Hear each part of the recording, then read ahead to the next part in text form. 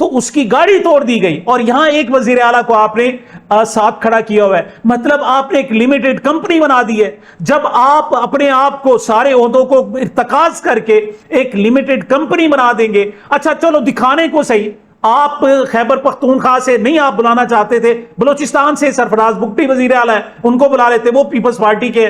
دوسری طرف آپ چلے جاتے جناب وہاں سندھ میں مراد علی شاہ کو بلا دیتے، وہ پیپلز پارٹی کے. اگر آپ نے مطلب کھانا پوری ہو جاتی، لیکن نہیں، آپ نے کہا جی ہمارا فیملی فنکشن ہو رہا ہے، لہٰذا اس میں کوئی اور باہر کا بندہ نہیں آ سکتا، چاہے وہ ہمارا نام نہاد اپنے بھی ہے لیکن پھر بھی واپس نہیں آ سکتے. جب آپ کی یہ سوچ ہوگی نا، اور آپ کی یہ ترتیب ہوگی کھڑے ہونے کی کہ جناب کون کس کے ساتھ کھڑا ہوگا، کون کس نے جناب کس کے ساتھ سمائل کرنی ہے، تو اس قسم کی جب صورتحال ہوگی پھر آپ باہر نکلنے کے قابل نہیں رہیں گے، پھر آپ عوام میں نہیں جا سکیں گے. آپ عوام میں جا کر پھر دکھائیں نا.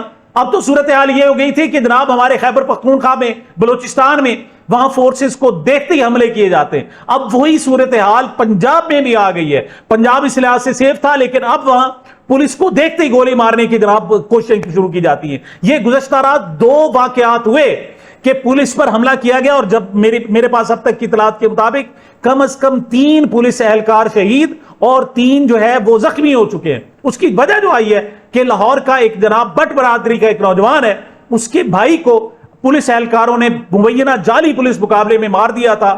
اب اس کا جو دوسرا بھائی ہے وہ باہر نکلا ہے، اس نے کہا جی میں اپنے بھائی کا بدلہ لوں گا، اور جو بھی فورسز، جو بھی وردی میں کوئی شخص نظر آئے گا میں اس کو ماروں گا. اور اس نے گزشتہ روز ایک ہی دن میں لاہور میں 2 واقعات کیے. تو آپ اس سے اندازہ کر سکتے ہیں کہ عوام میں آپ کے خلاف نفرت کس حد تک ہے، پولیس کے خلاف، فورسز کے خلاف کس حد تک نفرت ہے، اور آپ اس کو سیلیبریٹ کر رہے ہیں.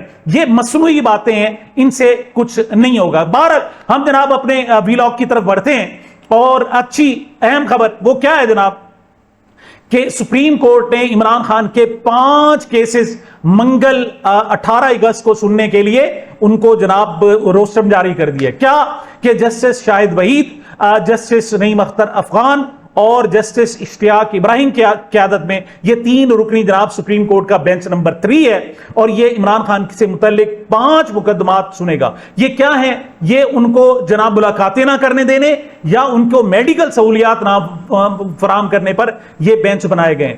اچھا، اس پر ہمارے پاکستان کے جو لوگ ہیں وہ بڑی خوش فہمیوں کے شکار ہو جاتے ہیں. وہ کہتے ہیں چلیں جی بڑے عرصے بعد ہی صحیح سپریم کورٹ میں سنوائی تو ہوئی. بھائی اب وہ پہلے والی عدالتیں نہیں رہ گئیں.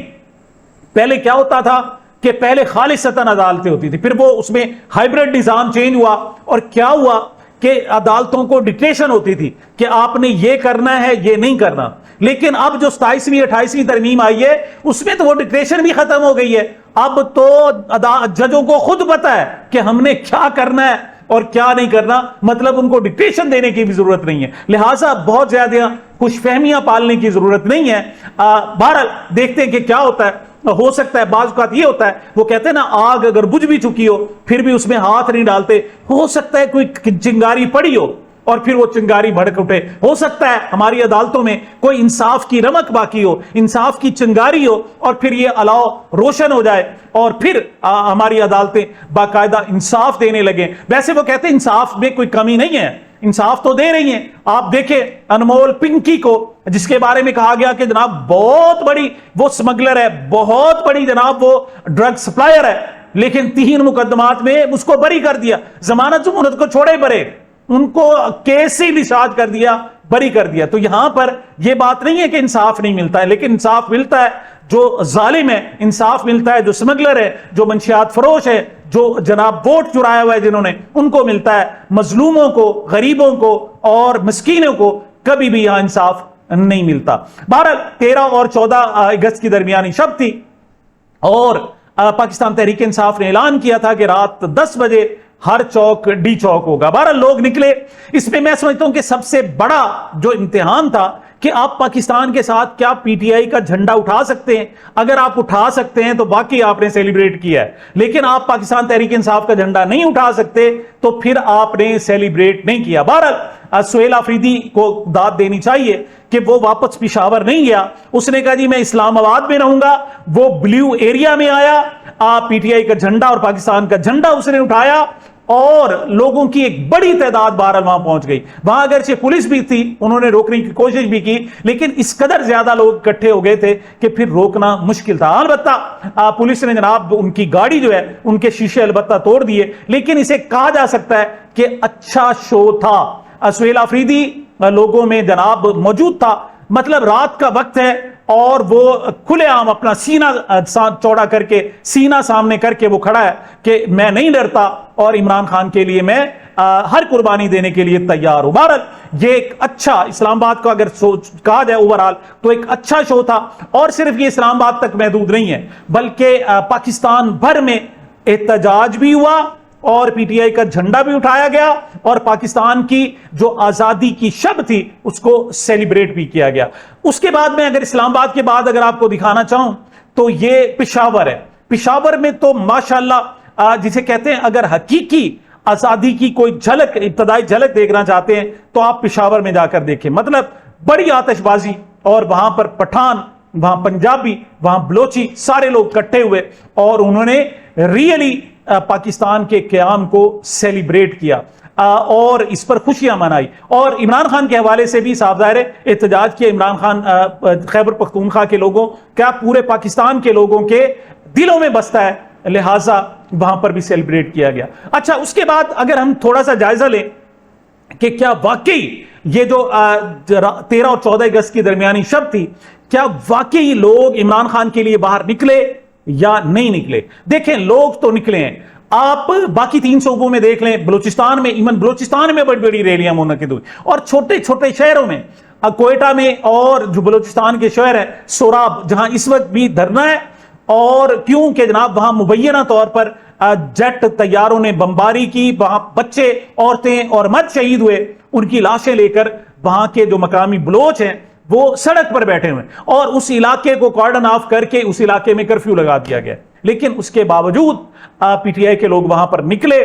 لیکن اہم بات یہ تھی کہ آپ لاہور میں اس کو کیسے مینیج کرتے ہیں. لاہور میں بھی ریلیاں نکالی گئی, لیکن میں سچ بات یہ ہے کہ وہاں پرچم کم نظر آئے. مطلب انہوں نے جو جیبوں میں رکھے ہوئے تھے, جب وہ حالات سازگار دیکھتے تو جناب وہ پرچم نکال لیتے اور لوگوں کو جناب 1-2 نعرے بھی لگا لیتے.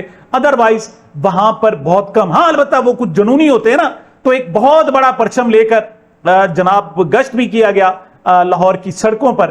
تو یہ بنیادی طور پر یہ نظر آیا کہ پاکستانی قوم میں مزاحمت موجود ہے. پاکستانی قوم اس ساری صورتحال میں اس وقت بھی پاکستان کی بہتری چاہتے ہیں, اس وقت بھی پاکستان کی حقیقی آزادی چاہتے ہیں, اس وقت بھی پاکستان چونکہ عطیہ خداوندی ہے اس کی حفاظت کرنا چاہتے ہیں. لیکن ہمارے حکمرانوں کو صرف ایک ہی غرض ہے کہ جناب صرف ان کا اقتدار باقی رہے.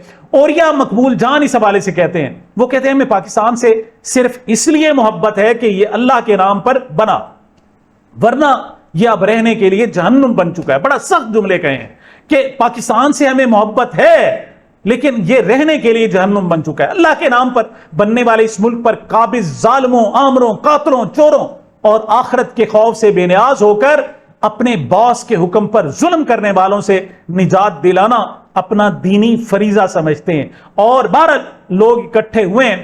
فرحان ملک نے تھوڑا سا سرائکی وسیب کا نوحہ بھی پڑھا ہے. وہ کہتے ہیں سرائکی وسیب کے 20 بچے ڈوب گئے, تخت لاہور کی ملکہ کے منہ سے چوتھے روز بھی ایک لفظ نہیں نکلا. مطلب ایک مذمتی بیان ابھی تک مریم نواز کے جناب آفس کی طرف سے نہیں آیا, نہ ہی انتظامی معاملات بہتر ہوئے. علاقائی لوگ اپنی مدد آپ کے تحت لاپتہ افراد کو تلاش کر رہے ہیں, اس وقت بھی کر رہے ہیں. ڈی سی کوٹ عبدو بلال سلیم کو 60 گھنٹوں بعد ہوش آیا کہ sonar technology, scuba search team اور ماہر واٹر ریسکیو کی ضرورت ہے. ڈی جی خان سے منگوائی ہے جو صرف 35 کلومیٹر کے فاصلے پر ہے. ضلع کوٹ ادو کے شہری سناما کے قریب سلطان کالونی روڈ پر مظفر گڑھ کینال پل سے رکشا نہر میں جا گرا.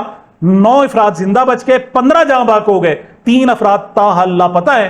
26 میں سے 20 بچے ہیں اور 3 خواتین ہیں. لیکن اس کا پاکستان کے نیشنل میڈیا پر ذکر ہی نہیں ہے. وجہ کہ ان کو صرف اپنے اقتدار سے اور ان کی بنت سے ان کی جناب جو اندر چالیں چلی جا رہی ہیں ان سے غرض ہے. ان کے خیال میں بلوچستان میں لوگ مرتے ہیں مر جائیں, ساؤتھ پنجاب میں لوگ مرتے ہیں مر جائیں, کشمیر میں 60-70 دن سے لوگ احتجاج اپنے گھروں کو چھوڑ کر بیٹھے ہوئے ہیں, انہیں اس سے کوئی غرض نہیں کہ ان سے بات کی جائے, ان کو ایڈریس کیا جائے اس سے پہلے کہ وہ باغی ہو جائے, ان کو اس قومی دھارے میں لایا جائے, لیکن اس پر کسی کو غرض نہیں ہے. یہی وجہ ہے کہ اب جو ہمارے حکمران ہیں, اب ہیروز جو اپنے آپ کو کہلاتے ہیں, ان کی صورتحال بھی یہ ہے کہ وہ جناب چھپ چھپ کر مانومنٹ کی یادگار کی جو افتتاحی تقریب ہے اس کے لیے آتے ہیں. میں نے پنکی کے حوالے سے خبر دی کہ کراچی کی عدالت نے منشیات کے مقدمات میں گرفتار ملزمہ انمول اور پنکی کو 3 مقدمات میں بری کر دیا.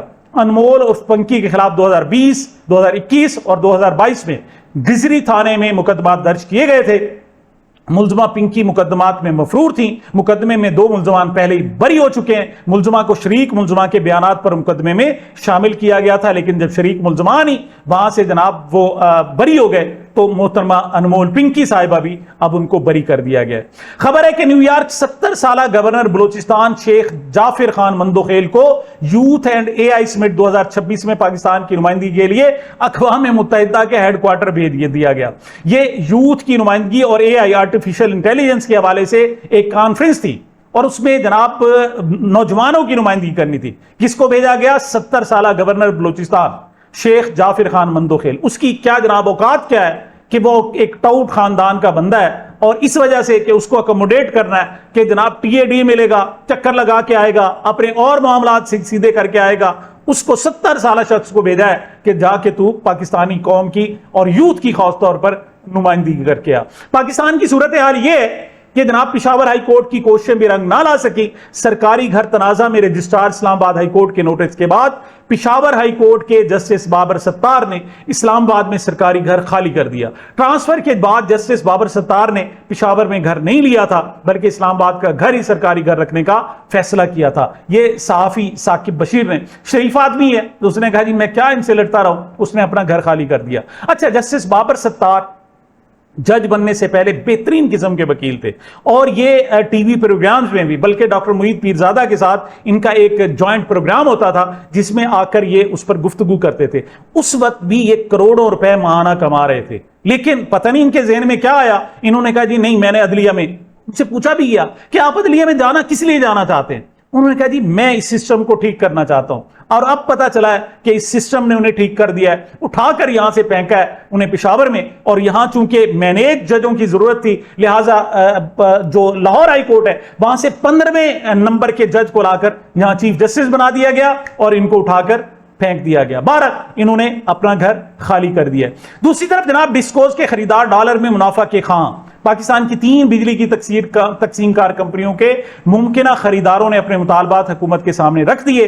سرمایہ کاروں نے اپنی سرمایہ کاری پر غیر ملکی کرنسی میں منافع, مستقبل میں معاہدوں کو دوبارہ کھولنے یا ان پر نظر ثانی نہ کرنے کی خود مختار ضمانت اور مہنگی بجلی خریدنے سے استثناء کا مطالبہ شامل ہے. یہ ایکسپریس ٹریبیون نے خبر دی ہے. یہ کیا ہے, اس کو ذرا تھوڑا سا سمجھنے کی کوشش کریں. یہ بہت ہی اہم خبر ہے.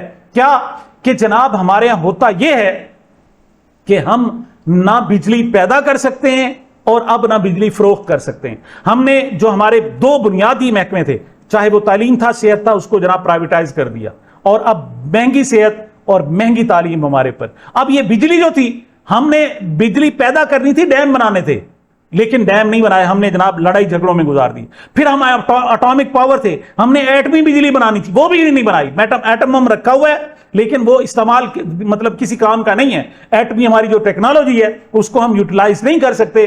لیکن اب کیا کیا کہ ہم نے جناب آئی پی پیز لیے اور ان سے ڈالروں میں معاہدے کیے. اب آپ کے جو بجلی تقسیم کرتے تھے وہ اس تقسیم کرنے سے بھی قاصر ہے. اب پھر ہم جناب ان کو بیچ رہے ہیں اور پھر اسی قسم کے معاہدے سامنے آ رہے ہیں کہ آپ ڈالروں میں جناب ہمارا منافع ہوگا, بجلی مہنگی نہیں خریدیں گے. انہوں نے بھی کہا کہ را میٹیریل آپ نے دینا ہے, لیکن ہم سے بجلی آپ چاہے جناب استعمال کریں یا نہ کریں ہم سے خریدنی ہے. یہاں بھی صورتحال یہ ہے کہ مہنگی بجلی نہیں, لیکن ہم جناب منافع ڈالروں میں لیں گے, اور اس کی ضمانت بھی ہماری خود مختار ضمانت. مطلب اس سے ظاہر ہوتا ہے کہ حکومت جو ہے وہ بالکل جسے کہتے ہیں ناکام ہو چکی ہے, اور ان کو اس وقت یقین کرے گھر چلے جانا چاہیے. ایک تابش ہاشمی کا